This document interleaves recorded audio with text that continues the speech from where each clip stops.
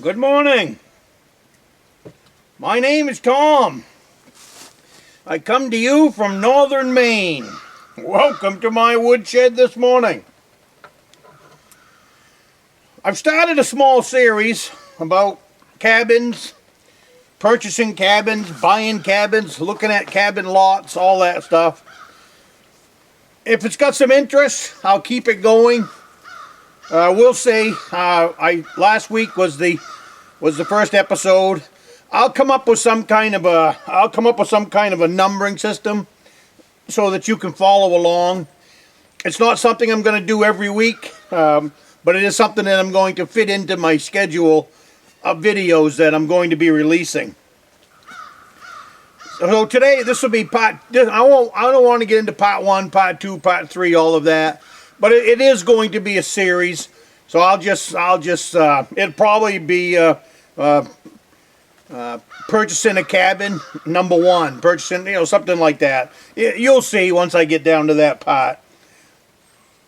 But this week I wanted to talk about, let's say you're just looking at a piece of property. You finally got to the point where you've got a few dollars set aside, and it's time to go out and look for a piece of property that fits your budget and all of that. When's the best time to look at a piece of property? How do I look at a piece of property? Stuff like that. And I can only give you my opinion on how I do it. I've looked at a lot. In part 1 of this series, I went through my background of working on cabins and around cabins for my entire life. That was my career. Here in the state of Maine, was building, repairing, jacking, leveling, anything to do with a cabin at all. Right down to helping clients find a lot, pick out a lot, where's the best place to build a cabin on that lot, stuff like that. So that's what today is going to be about. I found my piece of property, and now what do? First thing we do is we get a thermos of coffee. Now last year I purchased a piece of land that is 1 mile back in the woods with very few pins on it. I was fortunate to find 1 pin, and there was some really good landmarks because it's on a stream. It's on Beaver Creek.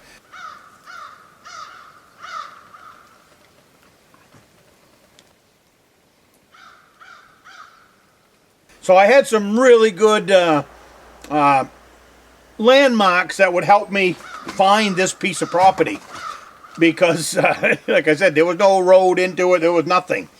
All I had Google Earth, where I could rough out where I thought the pins were. And then I went in and searched it out. And it took me about 4 trips in before I got a really good grasp on where the property was, its size, and all of that. So that's what I'm going to go through today. The best time, if you purchase a piece of property, or you want to look at a piece of property, the very best time for you to look at a piece of property is first thing in the spring, before the leaves grow. Here in the state of Maine, that would be sometime in May. And you want to get out there before the grass grows. You want to get out there before the leaves are on the trees. Because that's the best time that you can look at the entire property. You can't see through leaves. You can't see through grass. So you can really get out there right after the snow is gone, and you can really see the lay of the land when it comes to seeing your property or what you're looking at. The other good time of year for this is late fall. 1st of December, before we get snow. Right after the leaves go off the tree. Trees are another good time to go out and search your land.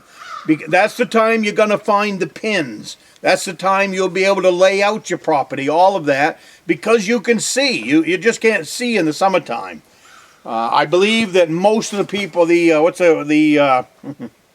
I'll have to come back to that. Either hadn't had enough coffee this morning or having a brain cramp. One of the two. But anyways, that's the best time to go out and look your property over. And while you're out there looking it over, when the leaves are off the trees and all of that, is this a good time to plan your driveway it's a good time to, if it's not going to be a driveway, then it's a good time to plan your four-wheel trail in. My cabin you can't drive to, the newest one.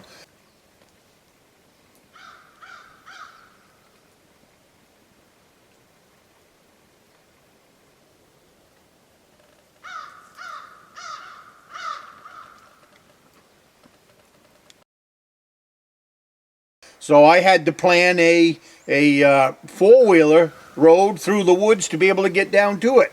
So before the leaves get on the trees, that's the best time to do that, because you'll be able to pick the best route.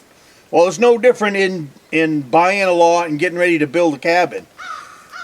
Before you even plant your flag as to where you want to put this cabin, you really should walk the entire piece of property, you know, corner to corner, side to side, back to back. Look it over.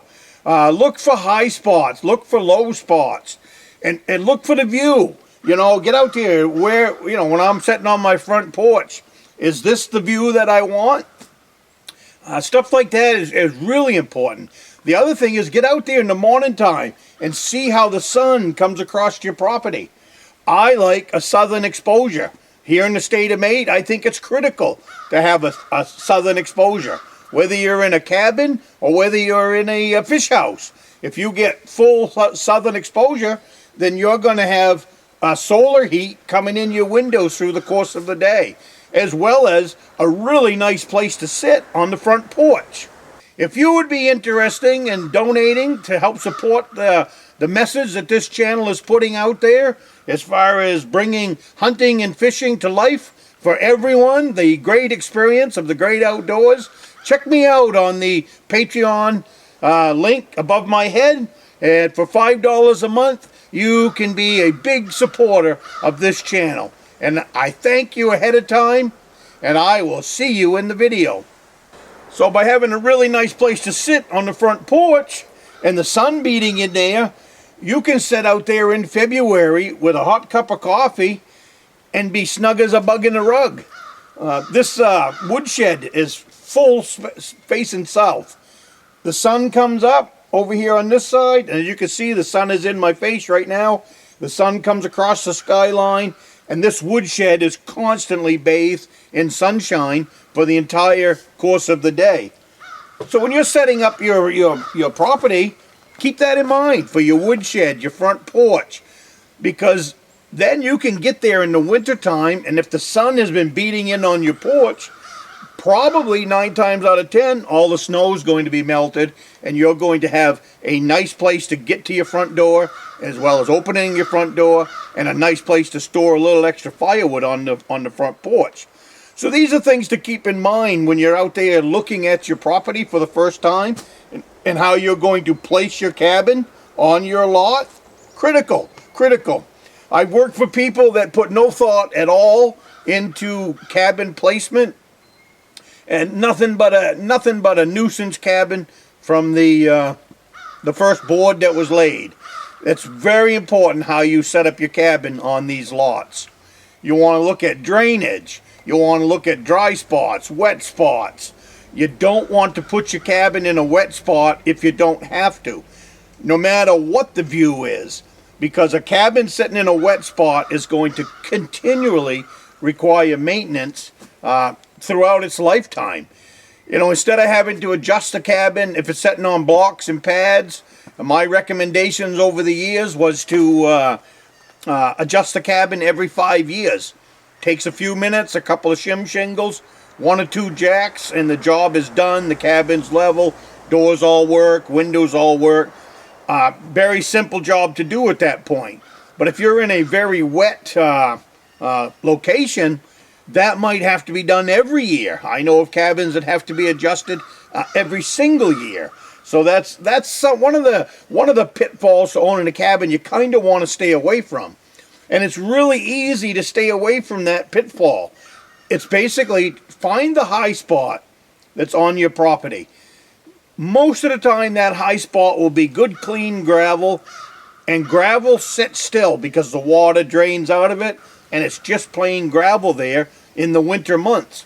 So keep that in mind when you're walking the lay of your land. I just, you really can't stress that enough. Can't think anything other than you want to make sure of your driveway the same way. Scope that out when you're coming in.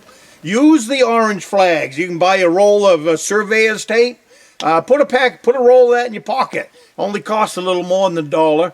And when you're flagging out your road to get into your cabin, then somebody else will be able to find it as well as you again. So you'll know how to trim your road down in, whether it's going to be a snowmobile trail or a four-wheeler trail.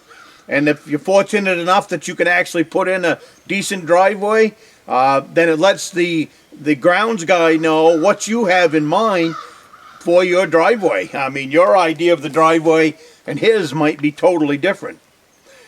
But I want to keep these videos at around 10 minutes. Too much information all at once, it won't get watched anyways. And I will keep this little series going as long as there's some interest from your side. I don't want to produce videos that people don't want to watch anyway. So we'll see how the comments are. We'll see how the views are. And if the views are up and the time is up, then I'll know that this is one of the topics that you guys would like to see more of. So I will see you next week, and you have a great week.